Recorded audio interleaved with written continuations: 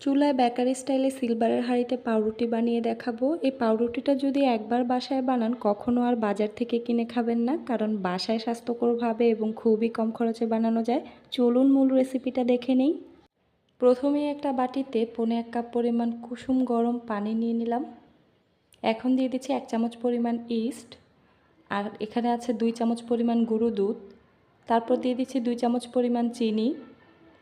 এখন সবগুলোকে একটু মিক্স করে নিচ্ছি। এখন দিয়ে দিচ্ছি 1 কাপ পরিমাণ ময়দা। এখন দিচ্ছি 1/2 চামচ পরিমাণ লবণ। এখন খুব সুন্দর করে আমি একটা ডো তৈরি করে নিব, আর ডোটা একটু সফট করে তৈরি করতে হবে। এখানে ডোটা যত বেশি সফট হবে পাউরুটিটাও কিন্তু ততটাই ফুলবে এবং অনেক বেশি সফট হবে। তো এই তো খুবই সুন্দর একটা ডো তৈরি করে নিয়েছি। ডোটা কিন্তু একটু নরম নরম থাকবে। এ পর্যায়ে 1 চামচ পরিমাণ তেল দিয়ে বেশ ভালো করে মেখে নিচ্ছি। আমি প্রায় 10 মিনিটের মতো এভাবে ভালো করে মেখে নিব।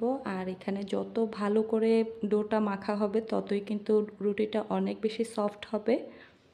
তো এই তো আমার এটা কিন্তু একদমই মেখে নেওয়া শেষ। এখন এটাকে আমি প্রায় 2 ঘন্টার মতো রেস্টে রেখে দিব। তো ফিরে আসলাম 2 ঘন্টা পর। 2 ঘন্টা পর কিন্তু ডোটা একদম ফুলে ডাবল হয়ে গিয়েছে। এখন এই ডোটাকে একটু বাতাসটা বের করে দিচ্ছি, আর এই ডোটার মধ্যে একটু ময়দা মেখে তারপর আমি খুব সুন্দর করে আবারও মেখে নিচ্ছি। এখন কাউন্টার বোর্ডে একটু ময়দা ছিটিয়ে দিয়ে আমি ডোটাকে নিয়ে এটা থেকে কয়েকটা ভাগে ভাগ করে নিব। আমাদের ডোটা কিন্তু অনেক বেশি সফট, আর এরকম সফট ডো হলেই কিন্তু পাউরুটিটা অনেক বেশি সফট হবে। তো এই তো একটা ছুরি দিয়ে এখান থেকে আমি 7টা ভাগে ভাগ করে কেটে নিচ্ছি। তো সবগুলো সাইজ একটু সমান করে ভাগ করে কেটে তারপরে এইভাবে হাতে ঘুরিয়ে ঘুরিয়ে গোল বলের মতো করে নিচ্ছি। এখানে আমি একটা সিলভারের বাটির মধ্যে একটু তেল ব্রাশ করে নিয়েছি। এখন এক একটা বল এভাবে সুন্দর করে সাজিয়ে দিব। এতে প্রত্যেকটা বল আমি খুব সুন্দর করে সাজিয়ে নিয়েছি। আমার এক একটা বল এক এক সাইজের হয়েছে, তবে আপনারা চেষ্টা করবেন প্রত্যেকটা বল সমানভাবে করার জন্য। এখন আবারও এটাকে 10 মিনিটের মতো রেস্টে রেখে দেব। তো এই তো ফিরে আসলাম 10 মিনিট পর, আর 10 মিনিটের মধ্যে কিন্তু এটা ফুলে অনেক সুন্দর হয়ে গিয়েছে। পুরো পাউরুটির শেপ চলে আসছে। এখানে আমি একটা ডিমের কুসুমের অংশটা নিয়ে নিয়েছি। এখন এটাকে বেশ ভালো করে ফেটিয়ে তারপর এই পাউরুটির উপরে একটু ব্রাশ করে দিব। এতে করে পাউরুটির উপরের কালারটা খুব সুন্দর আসবে। একদম বেকারিতে যেই সুন্দর লালচে কালারটা আসে সেই কালারটাই কিন্তু এখানে পাওয়া যাবে। তো এই তো আমি খুব সুন্দর করে ব্রাশ করে দিয়েছি ডিমের কুসুমটা। এখন এটাকে আমি চুলায় একটা সিলভারের হাঁড়িতে বেক করে নিব।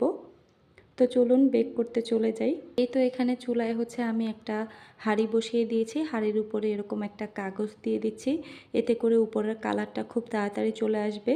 এখন একটা স্ট্যান্ড বসিয়ে দিয়ে আমি পাউরুটিটা দিয়ে দিচ্ছি।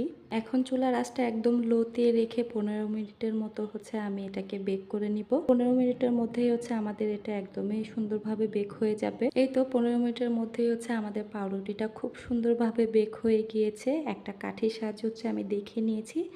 এখন এটাকে নামিয়ে আমি ঠান্ডা করে নিব। আর উপরের কালারটাও কিন্তু খুবই সুন্দর হয়েছে। তা আমি একটু উঠিয়ে আপনাদেরকে দেখিয়ে দিচ্ছি যে নিচের অংশটা কেমন হয়েছে। আমাদের এটার নিচের অংশও কিন্তু একদমই সুন্দরভাবে বেক হয়েছে, একটুও পুড়ে যায়নি। আর এত বেশি সফট হয়েছে, আপনারা দেখে বুঝতেই পারছেন কতটা সফট এবং কতটা পারফেক্ট হয়েছে আমাদের আজকের এই পাউরুটিটা। একদমই বেকারের মতো কিন্তু উপরের কালারটাও এসছে। এটা কিন্তু ডিমের কুসুমের অংশটা দেওয়ার ফলে এরকম একটা সুন্দর কালার এসছে। আর এখানে যে আমরা কাগজটা দিয়ে তারপর বেক করেছিলাম সেটার কারণেও কিন্তু খুব সুন্দর একটা কালার পাওয়া যাবে। আর পাউরুটিটা কতটা সফট হয়েছে আপনারা দেখে নিশ্চয়ই বুঝতেই পারছেন। আর এরকম একটা পারফেক্ট পাউরুটি তৈরি করতে অবশ্যই আমার আজকের রেসিপি ফলো করবেন, আর ভালো লাগলে অবশ্যই আমার পেজটাকে ফলো দিয়ে দেবেন। আল্লাহ হাফিজ।